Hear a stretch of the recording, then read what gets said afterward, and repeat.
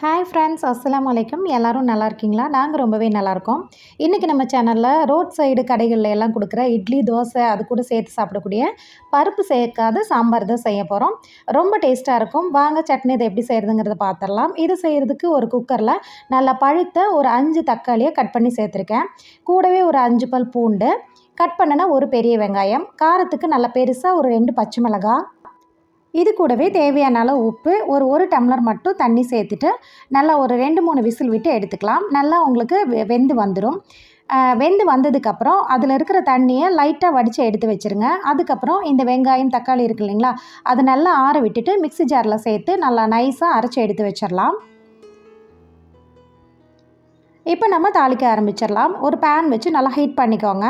ஒரு 3 table spoon போல் oil சேர்த்துக்கோங்க. சேர்த்துட்டு ஒரு 1/4 டீஸ்பூன் போல் கடுகு சேர்த்து நல்லா பொரிய விட்டுருங்க. இது கூடவே ஒரு ரொம்ப கம்மியாக, அதாவது ஒரு 10 போல் வெந்தயம் சேர்த்திங்கன்னா போதும், நல்ல வாசனையாக இருக்கும். சேர்த்துட்டு கூடவே 1/4 டீஸ்பூன் போல் ஜீரகம், கூடவே ஒரு வரமிளகாய், ஒரு ஃப்ரெஷ்ஷான ஒரு கொத்து கருவேப்பிலை எல்லாத்தையும் சேர்த்து நல்லா பொரிய விட்டுறலாம்.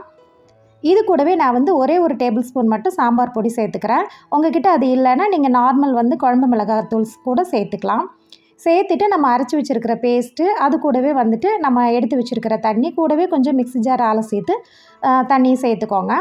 இது கூடவே ஒரு 1/4 டீஸ்பூன் போல் மஞ்சத்தூளும் சேர்த்துட்டு நல்லா மிக்ஸ் பண்ணி விட்டுருங்க. கூடவே ஒரு 1/4 டீஸ்பூன் போல் பெருங்காயத்தூள், நல்ல வாசனையாக இருக்கும். இப்போ உங்களுக்கு கன்சிஸ்டன்சி எந்த அளவுக்கு வேணுமோ அந்த அளவுக்கு செக் பண்ணிக்கோங்க. கூடவே உப்பு, காரம் எல்லாமே நீங்கள் செக் பண்ணிக்கோங்க, உங்களுக்கு கரெக்டாக இருக்கும்.